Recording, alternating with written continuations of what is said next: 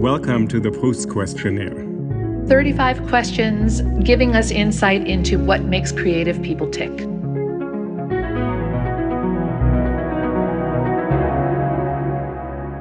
Hi, Caroline. How are you?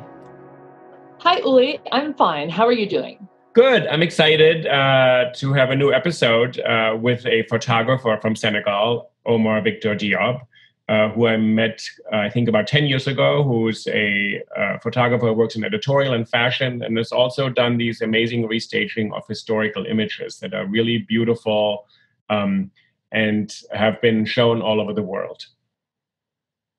That's wonderful. I think I'm looking forward to hearing this podcast, especially because of the fact that I wasn't able to join you for the interview. It was one of those moments when his scheduling window was so tight and we were so lucky to get him. So I'm looking forward to hearing the conversation between the two of you. I think it really appeals to both of us in certain ways, because you'll see from the conversation that I write about photography, as you know, and I teach photography at NYU, and I've met Omar Victor in several conferences that NYU has organized actually around images, especially representations of Black culture and people, that he's been really one of the major contributors to those shows. And he also loves literature, and he grew up in Senegal, so he shares your love of French literature, and you'll see the answers he gives, which are just so far-ranging and in this kind of global context, deeply rooted in his background in Dakar, but taking them into this larger cultural framework. I also want to say two things that I think for our listeners, they can find us on our website, and then also my Instagram is Uli NYC. It's ULINYC. My Twitter is Uli Baer, ULIBAER. And if you want to just mention your social media in case people want to discover us and follow and so on. Oh, sure. Yes, absolutely. So my Instagram is Caroline Weber 2020, all one word, and the 2020 is numerals, not written out. And we've got an Instagram now for the podcast called PROUST.questionnaire. That's our Instagram handle on Instagram. So, people, I hope they'll come and find us anywhere on any platform. And let's go ahead now. I can't wait to hear what you and our new guest talked about today. Great. Okay, let's start.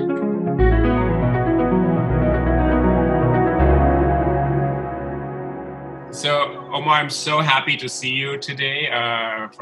Thank you for joining me from Dakar on Zoom, and welcome to the PROUST questionnaire. Thanks for having me. I'm really happy to be here. This is good because the first question on this questionnaire is, what is your idea of perfect happiness? My idea of perfect happiness is freedom. Freedom and the capacity to do whatever you want and go wherever you want to, and be able to help. Because there's nothing sadder than not being able to help. Nice. What is your greatest fear? Not being able to help myself, the loved ones, and this entire human community, you know. Mm-hmm. That's a senseless life if you can't, if you have no positive impact on anything. Yeah. What is the trait you most deplore in yourself? I am too. I hate conflict. I hate confrontation. You know, I'm a pure Libra, and sometimes being straightforward saves you a lot of trouble. But I'm the diplomat. I've always been the diplomat in every setting, and sometimes it's a lot of work. And so you deplore this craving for peace and equilibrium? Yeah, absolutely. What is the trait you most deplore in others? Impatience. Yeah, impatience. People, especially nowadays, no matter what the landscape is, people can't just, how can I say it politely? Because I don't want to say shut up, but yeah, people can't shut up for a minute and listen, right. And that's the source of all of our problems, that and fear. The inability to listen or the unwillingness to listen. Yeah. And fear. Which living person do you most admire? It's cliche, but that would have to be my mom. Yeah, a formidable woman. Since she's a particular person, she's not a cliche at all. It's totally singular. But less kids with moms, especially boys. It's very cliche. And she lives in Dakar, so you can see your parents. Nice. What is your greatest extravagance? I love shoes, man. Shoes. I would starve for a pair of shoes.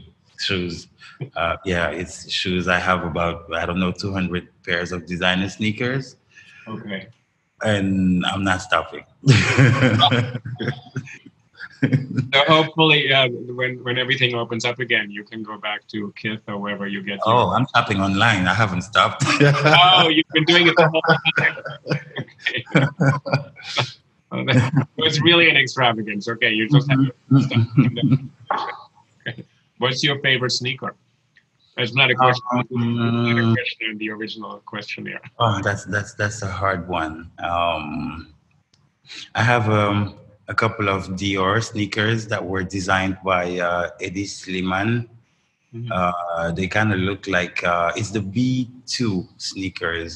They kind of look like golfer shoes, but with a sort of pointy. How do you say? Tip or something. Right? Tip, yeah. Really cool. Yeah, I love it. I'm gonna have to look them up. The B2 Eddie Sliman. Yeah. Okay, I looked those up. Yeah. What is your current state of mind? I am. How do I say? I'm anxious to. I can't wait to go back to the world. When you are in a perfect vacation and there is no return flight, that's how I feel. Right. Like I would go home, and my home is actually out of home. Okay, so you can't. So isn't a feeling of not trapped, but it connects to it's not freedom. Yeah. It's not It's, to. yeah, like it's just that I can't wait to go places because that inspires me too, and that makes me love Dakar more because when I fly back, it really does feel good. Yeah. What do you consider the most overrated virtue? Oh, that's a good one. Is there an overrated virtue? I'd say, what's the word? In French, I would say fidélité. So I guess that's Loyalty or faith? yeah, loyalty. Yeah. Because there is a caveat. You need to be loyal to the good people and the good causes. If you're loyal to something completely negative, that's not loyalty. That's just commitment to doing the wrong thing. On what occasion do you lie? There I go again with my Libra side. I lie because I don't want to hurt, which is stupid, but hey, it's a mechanism. Yeah, that's the thing. Is it smarter to hurt people if you put it in that way? Some white lies aren't that white after all.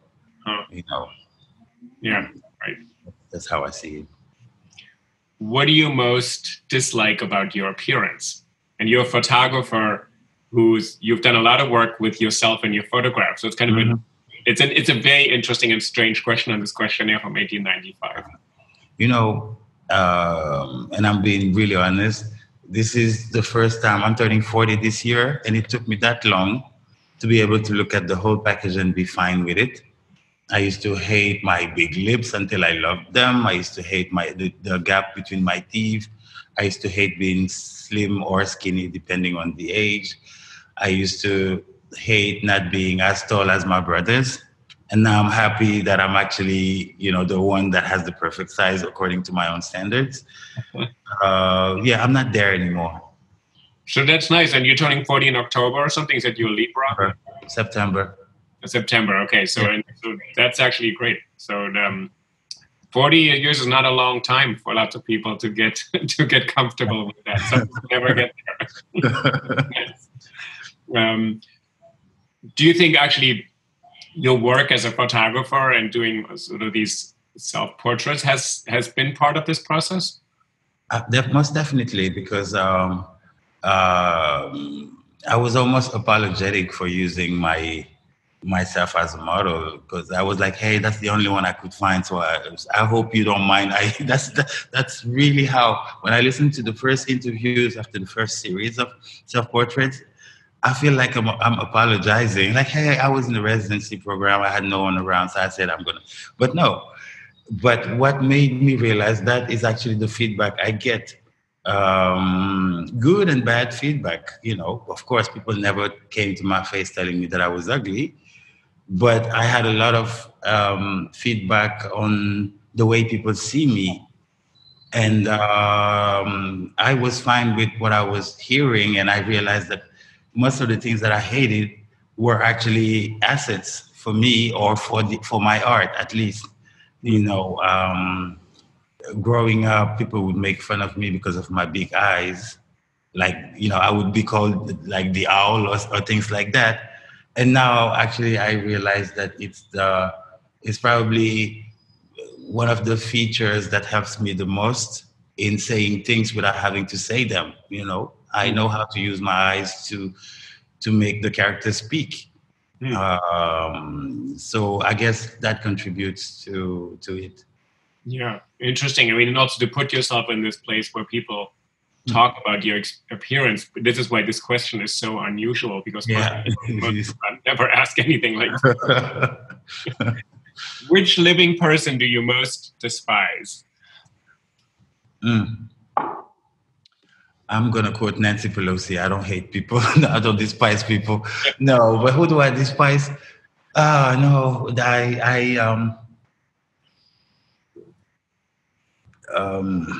I would be tempted to name a public figure, but then I would be unfair, because you don't know people. You just know what is being shown to them.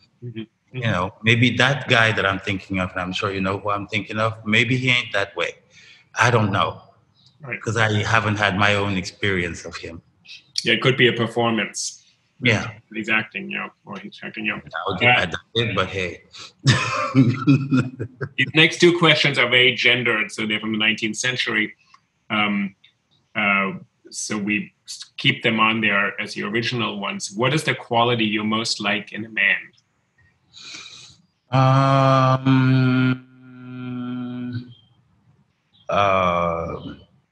Assertivity. I like someone who makes his point, not to suppress, not to humiliate, but who's just factual, and who's,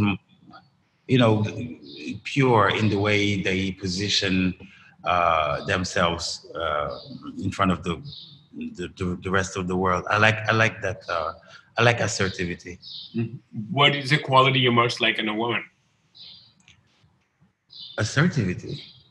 Same thing. It's even more beautiful when it's a woman. Nice. Which words or phrases do you most overuse? To be honest. I must have said it like 4 times already. I thought that was going to be the beginning of your answer, to be honest. No, it could have been. That's the phrase. To be honest, it's to be honest. What or who is the greatest love of your life?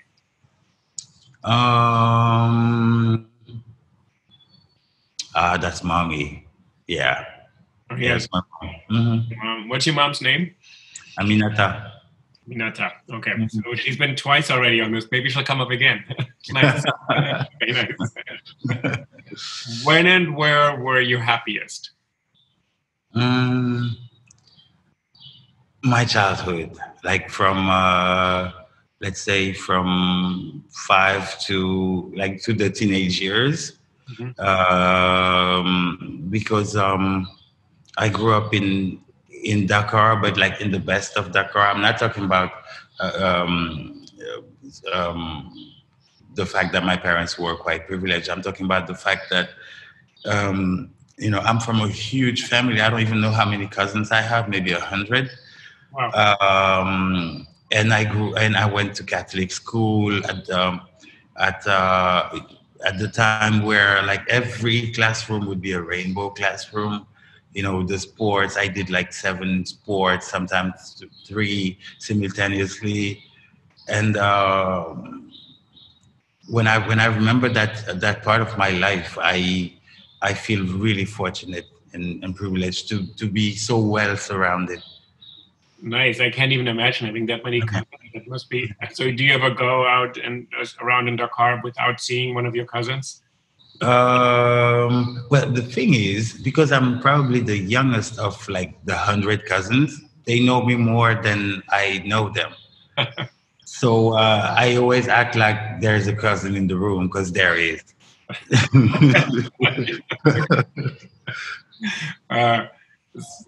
Which talent would you most like to have? Playing an instrument. Yeah. I still shake my head at the thought of what my life would be if I was given a piano when I was 4. Or something. I'd be John Legend right now. Yeah. Hey, he may hear this interview and do a class with you or something. And that would be amazing. Turning 40, you can get a piano now. Yeah, but where will I find the time? That's actually an interesting thing that we don't remember that, but when people are 4, they have more time, maybe. So yeah, and a fresh brain. Yeah, right. Yeah, that's the other part. I think it's going to get in the way now, right? If you could change one thing about yourself, what would it be?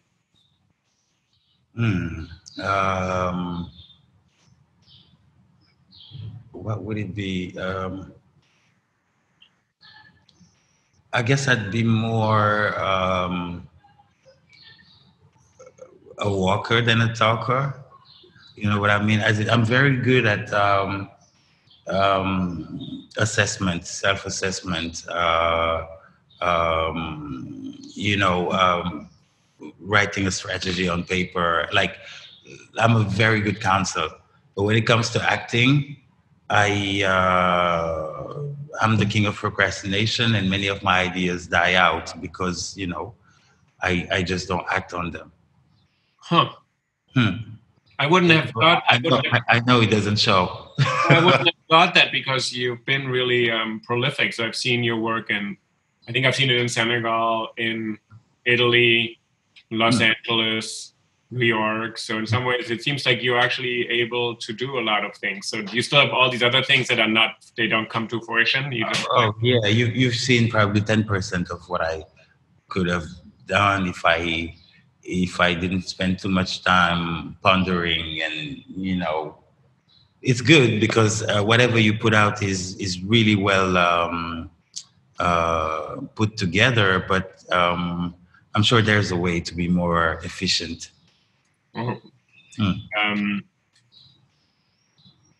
wonder whether efficiency is would get, I don't know, since I'm happy with the 10% I see. So what do you consider your greatest achievement? My greatest achievement is probably the way I have managed to, I have no beef with anybody. I don't do that. I've managed to have a good relationship with every single person that I know. And I'm very proud of that. That's great. Yeah. If, not just to put the blame on people, but sometimes if you follow people, you're going to lose them. Like if you follow them in their confrontational logic or whatever, you're going to lose them. And sometimes they're worth being forgiven even if you don't understand, just for the sake of keeping them, because apart from a certain aspect, they are good people. who you might like, you might want to keep in your life, you know. Mm-hmm. Mm-hmm. Wow. If you were to die and come back as a person or a thing, what or who would it be? Do I have to come back? Because it's pretty messed up here. No, Who would I be? Don't have to come back. Who would I be? I'd be,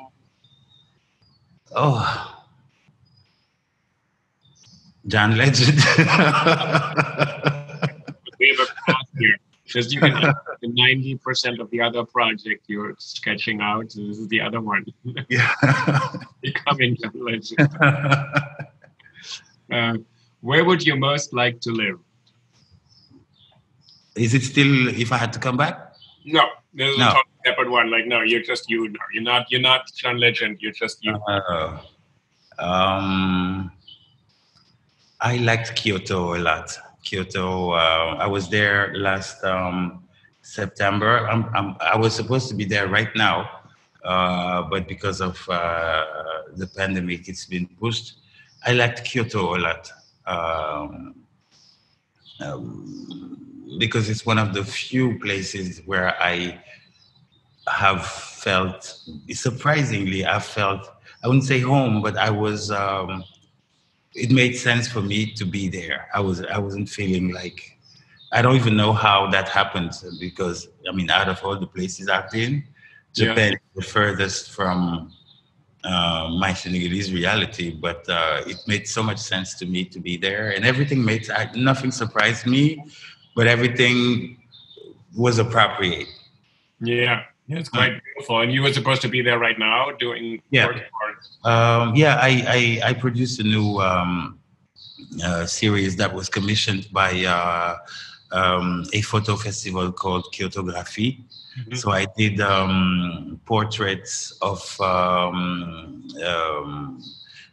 shop owners in a very old market, which is at the central part, like the historic part of Kyoto. You know, it's those streets that are, I don't know the word in English, but it's a street that has it's like a gallery, and all the businesses are almost 100 years old. You know, kimono makers and sushi masters. So I took portraits of those families with my style, and actually set up shop in the market for 2 weeks. Really? And I was supposed to go back for that exhibition and a selection of my own works. You set up shop like a photo studio, like a kind of commercial photographer style? Yeah, absolutely, like old school. Yeah. And I would like myself go to every single shop and invite them, and that was my way to meet them, and it was really, really good. Huh. And is that project now, can you see that already somewhere, or did Kyoto? No, you can't yet. There might be 1 or 2 promotional images out there, but I can share them with you as soon as it's possible. You know? Yeah. It sounds like a great project. How nice. Yeah. What is your most treasured possession? My shoes. You don't want to be too easily. Let me tell you a funny story. I was in Paris a few months ago, and my neighbor called me to tell me that actually I had a break-in. Like someone broke in the house, and so I called a good friend of mine who had like a set of keys, and I was on the phone with him. The minute he stepped into the apartment, he was like, "What should I check?" I said, "My shoes." Wow. Yeah, okay. and then I had them all, so I couldn't care about the camera and the computer. I was like, okay, that's fine, but these shoes, no. Okay, so they have their own room. Okay, so they have exactly. Not your camera. Okay, interesting. No. What do you regard as the lowest depth of misery?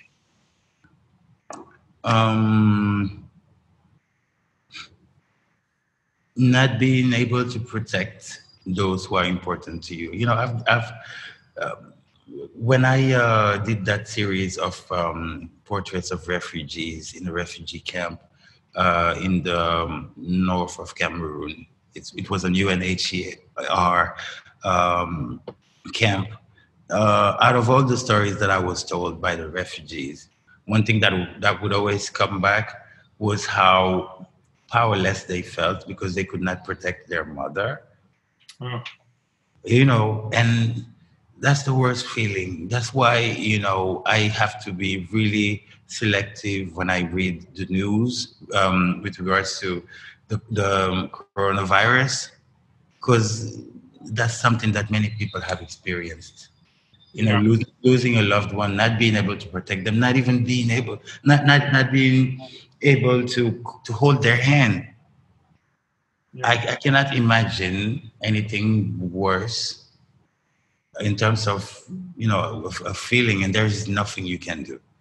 Yeah, no, it's terrible. Yeah. Unimaginable. Yeah. Yeah. I really feel for those who lost people in those conditions, because that must be hard. Yeah, it's terrible. I'm kind of but I have a friend, and she lost both of her parents in March. Really terrible. Yeah, so she tended to them in some ways. It sort of shifted the whole pandemic for me. It happened in the second or third week of March. So after that, I just couldn't even imagine anymore. Yeah. And even in those last moments, believe you, there was so little to even be with them, and so really, it's really awful. Terrible. Yeah. What is your favorite occupation? We think that means if you weren't doing what you're doing, but it could be what you're doing. I love cooking. Oh, really?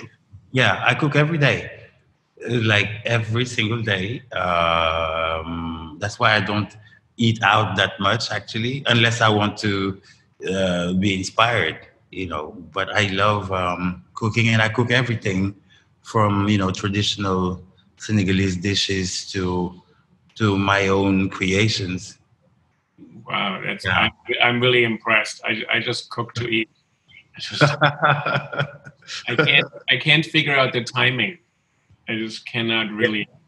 Like, it all seems to be sort of finished at different times. It's hard for me to think about so many different things ending up in the same plate. One thing that I learned from my mom that is really useful is that you need to listen to what you're cooking. When meat is perfectly cooked, it makes far less noise than in the beginning. That's how you know where you are. It's not the smell, it's not the color, anything. Listen to what you're cooking. I'll try that. Okay. Since that's what I'm doing anyways, I'm not going out. I usually don't go out anyways. I do cook a lot, but I don't cook well. What is your most marked characteristic? Which we think means, what do people notice about you when first meeting you? I think people have, and I hope also that I think that what people notice the most is that my attention is never partial. Like when I say how you doing, I am waiting for the answer and I'm listening to it. And I think it's the greatest gift you can give to anybody, because that's the gift I appreciate the most. To be listened to. Yeah. It's actually, I found this the other day, a quote from Henry James, sort of the American writer and psychologist, and he says, "It is the deepest human need to be recognized by others." Yeah. Like, to be heard. His attention. What do you most value in your friends?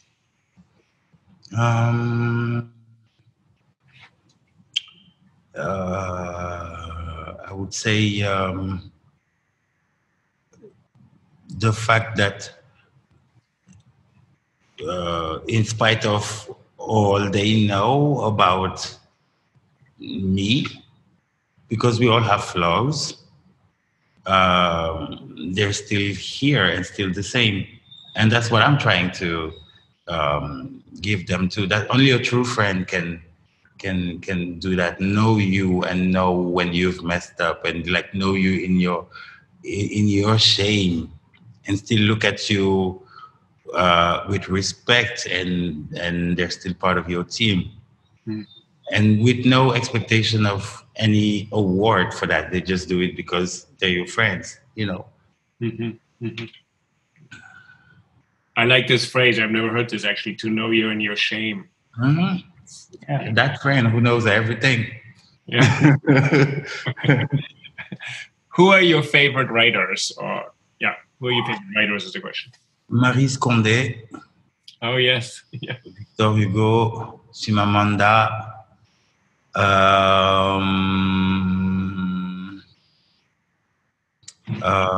Who else? How many you need? As many as you. Amadou Ampateba.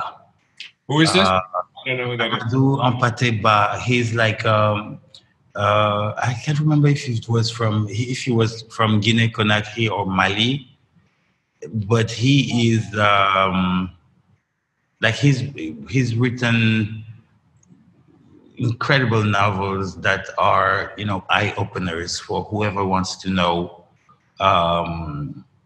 you know, the Senegalese, Malian, Guinean psyche, where we come from, who we were right before the colonization, and how we kept on, you know, growing as a people until, you know, we are until now.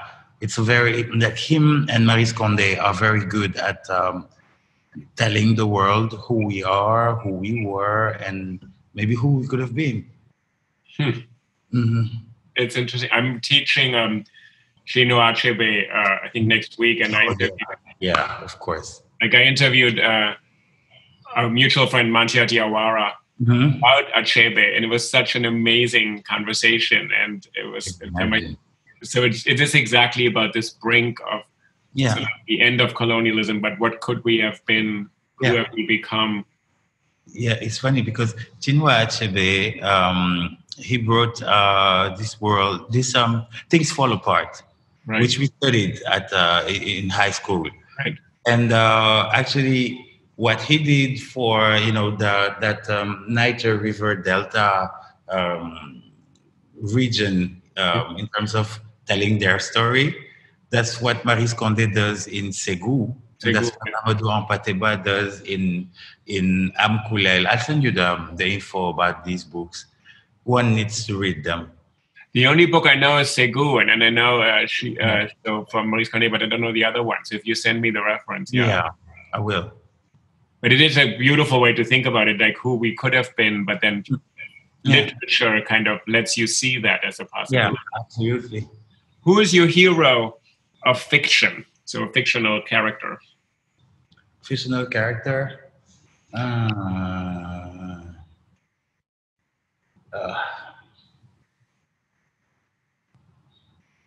You know what? I'm going to pick something very, very fresh, very contemporary. So it would be someone like, it would be a TV series. Yeah. Of course, it would be one of the strong women of either Shonda Rhimes or, Shonda Rhimes. I wouldn't say Olivia Pope. I wouldn't say Annalise Keating in How to Get Away with Murder. I like a smart woman. Either Olivia Pope or Annalise Keating. Okay, yeah, those are actually the people who should run America, probably. I think that's what we could be as a country, right? We would. Yeah. I mean, I would actually be happy if Kerry Washington herself just ran America. Right. Just herself. Mm-hmm. So brilliant and amazing. So that would be good. Or Shonda Rhimes could also run it. Yeah, that would be great. Which historical figure do you most identify with?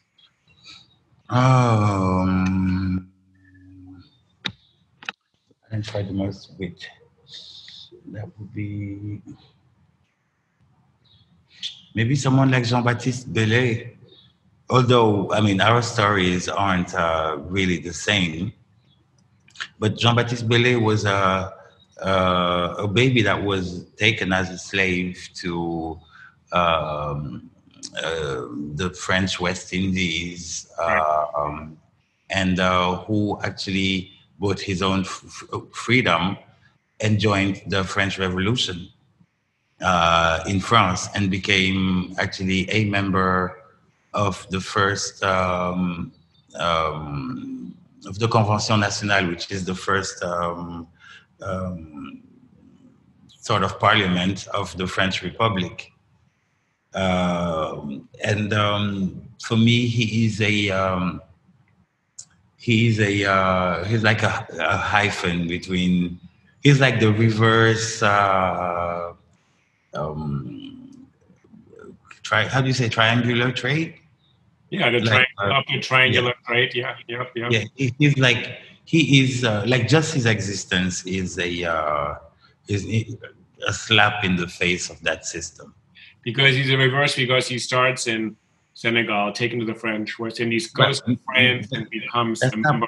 That's not really the journey, but what he stood for. I mean, he basically managed, after buying his own freedom, he managed to find a way to share the dreams of his former oppressors and be part of their dream in an active fashion.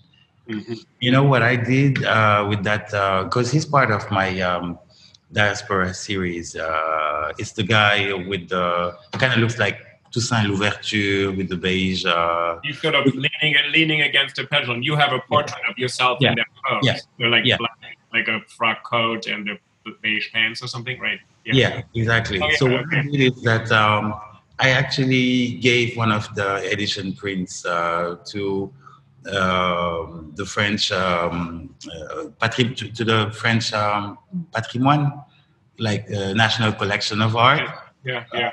And it is now at the residence of the ambassador in France, that is facing the island of Youre, where Jean-Baptiste Bellay was born. And when you enter that room, you stare at the portrait, you look left. He is also looking left, and it goes straight to where he was born.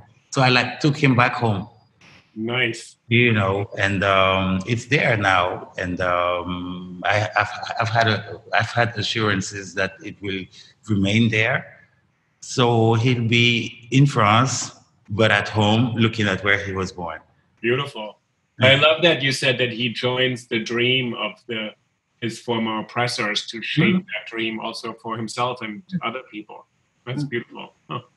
It's a great, that is really an amazing thing to take. So Jean-Baptiste Bellay, but I only know him through your photograph, honestly. Yeah, but I didn't know him before that project, and which is not right. That's what I'm saying, sort of that we actually have to remember these historical figures who shaped France. Yeah. To reinsert him into this narrative, to say this is partly who shaped France within. Who are your heroes in real life? Heroes in real life? Do they have to be some people that I like, people in my no? Could be anybody, yeah. Barack Obama.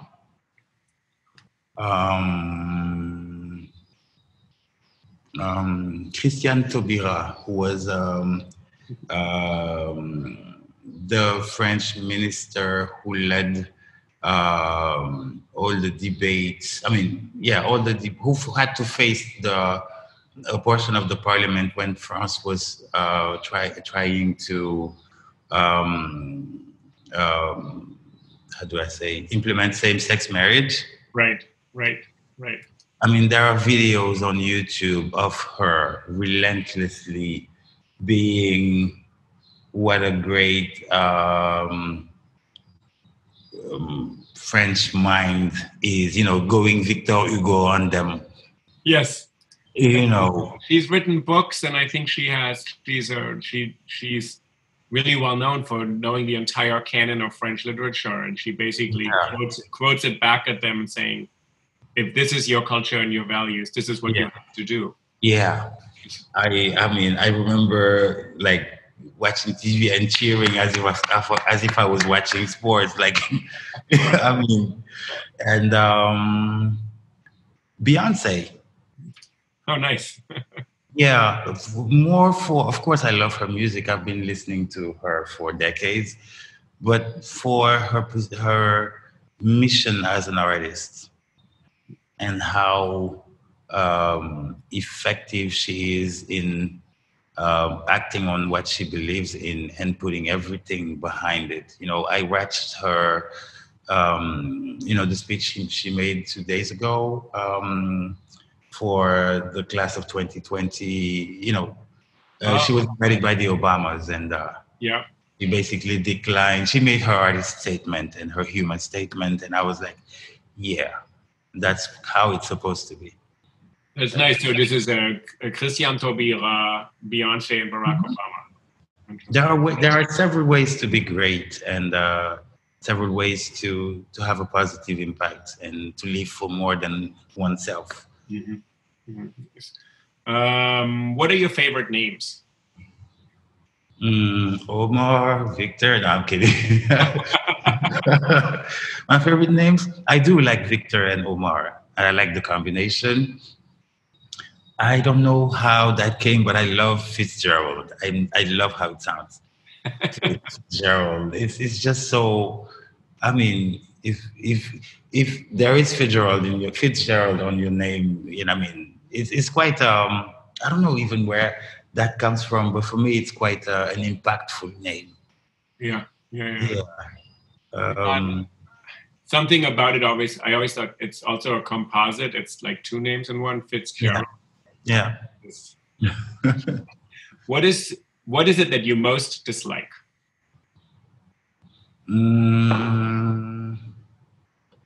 What do I?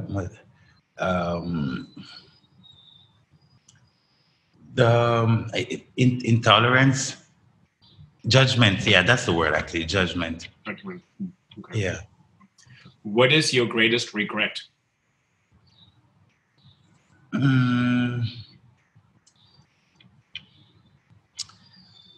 I'm tempted to say I should have started. I wish I had started photography earlier, but then no, I wouldn't be where I am right now. I don't know where I would be, but I wouldn't be where I am right now, and I like it where I am right now. So it's not really a regret. But yeah, maybe that. Because I started when I was 30. When did you start dedicating yourself full time to photography? I was 32. And what did you do before that? What did you take? I am trained in finance. I have a master's in corporate finance, and I used to work first of all in a consulting firm, and then I joined a multinational and I started working across Africa, somewhere between communication, law and finance. It's corporate affairs. That's what I was doing until I started photography. I was 30. I did both for 2 years, and at some point when I turned 31, 32, that's when I quit. Was it a hard decision to give up that other career? Of course, yes, it was. But I'm glad I did it, and I did it at the right moment also. And I was 30. Had it not worked, I would be still young and still young enough to go back in the normal life. I started it almost like a sabbatical. I was like, okay, let's do this for 1 year and see. Yeah. But you have not looked back. It's not a routine. No. Thank God. How would you like to die? Well, in my sleep, if that's possible. I don't know. I don't mind dying. But if there's a way not to experience, the act of dying, I'll take it, Without knowing about it. What is your motto? Do you have a motto? Well, I say it always in Wolof, but which is my Senegalese language, but it's something like don't worry, God is good. I say it when I go to sleep. I say it in the morning, and God is good. God is good. Okay. Yeah. Even when it's really, really bad, It's my way to say, he knows what he's doing, and there is something that needs to be learned. That's why I have to go through this. How do you say it in Wolof? Yalla Bakhna. Say it again. Yalla Bakhna. And is the Yalla the same Yalla that the Arabic is? Yeah. Yeah. No, but actually ours is Yalla. Theirs is Allah. Yeah. But, I think because like the word God was here before Islam came, and it was Yalla. It's a coincidence, but it's not the same roots. Interesting. Huh? Yeah. We added one question to this questionnaire, which is, who would you like to hear answer these questions on this questionnaire as a guest on this show? Oh, John Legend. Wow. He's really getting so much today. We can feel it. No, he seems to be a very smart and crisp guy, and I would love to have his take on this. We'll try our best. That's a great idea. I'd love to hear him. This has been really wonderful. Actually, I enjoyed it a lot. What's the nicest thing for me is to hear you answer these questions, because I think I met you maybe it was the very beginning. 10 years ago or something like that? Yeah. I had just started. When I met you, I had just resigned from my job. Yeah, so it was probably 8 years ago or something like that. Or when it was in Dakar. Right? I think it was in 2012. I think it was Christmas. I remember that much. Yeah. We were I had just resigned. I remember that. Oh, interesting. So it's nice, but it's nice to hear you answer, because none of the answers I would have expected, and they're so nice to see you, because I know you through your work also, but to see you answer these questions in this way, it's always such a wonderful thing. And when we finish these questionnaires, they're in my head for so long. Yeah. And you know what? That's how it feels when you answer. Because I didn't read the questionnaire before this, and I don't have the questions in front of me. And some of the answers I've given have surprised me too. Which is good. Right. Exactly. That's what we try to do. And then the other thing, Omar, I love your work, and I'm so happy about seeing it in so many different places. I've seen it also in Arles, I think, at some point. So in some ways, I think what's really nice is that you've opened up a space for so many other people. Which is, I think, one of the critical things that's been great, that it's in so many different places, and they're seen again in different ways. People probably take it in Kyoto, in Arles, in Los Angeles. They see different things in it. And then I have my reading list now, so you're going to send me a link to a novelist besides Maryse Condé, and the books I know, the books I don't know. So I read. So you send me those, and we'll put them in the link. The links, yeah. And then we'll put this up, and we'll share it with you. Of course, we have a website. We'll open that up, and we have Instagram, and then we'll share it with you. It's really wonderful to see you, and to go back to your very first question, your idea of perfect happiness is freedom. I hope we'll all be able to travel soon. Yeah. We need that. And see you in person. Okay. Thank you so much for joining us today. You take care. Thank you. Bye. Bye.